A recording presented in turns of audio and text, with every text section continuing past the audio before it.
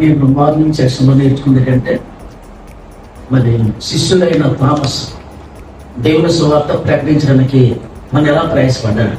మనం దేవుని యొక్క సువార్త ప్రకటించడం మొదలుగా దేవుని ప్రేమను చూపించాలి.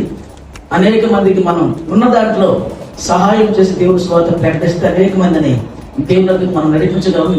కోసం చెప్పినప్పుడు పౌల్ గారి కోసం చెప్పారు కదా, నేను ఏంటంటే ఇప్పుడు నేను క్రీస్తుని వెంబడిస్తున్నాను, మీరు నన్ను వెంబడించండి. ఆ మాట చెప్పాలంటే నిజంగా చాలా గట్స్ ఉండాలి.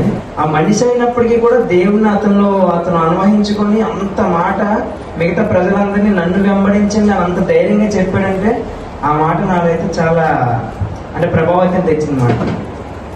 ఇది నేను నేర్చుకునే విధానం ఏంటంటే, రక్షణ అయితే పొందుకోవడానికి సాగబెట్టి సిద్ధమైనా సరే రక్షణ ఇచ్చేట ముందు వాక్యం వాళ్ళ హృదయంలో నాటబడిందా లేదా అని చూడాలనంటే వాళ్ళు కూడా మనతో పాటు సువార్తని తీసుకెళ్ళాలి, వాళ్ళు కూడా నేర్పించాలి అని నేను పరిశుద్ధ గ్రంథం యొక్క చరిత్ర మనం ఎందుకు తెలుసుకోవాలనేది ఇంతవరకు ఆలోచన అయింది. ఇప్పుడు పాస్టర్ గారు చెప్పిన తర్వాత దానికోసం ఆలోచించినప్పుడు ఏంటంటే, మొదటిగా మనం ఏంటంటే భారతదేశంలో మనం ఉన్నాము, మన దేశం పేరు పరిశుద్ధ గ్రంథంలో రాయబడింది.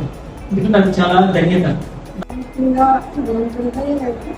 మనం ఎవరికైనా ఇతరులకి చెప్పేటప్పుడు మనం ఇతరులకి చెప్పేటప్పుడు మనం ముందుగా మనం దాని గురించి అర్థం చేసుకొని దాన్ని అవలంబించి మన జీవితం అలా ఉంటే అప్పుడు ఇతరులకి మనం చెప్పగలం అన్నమాట.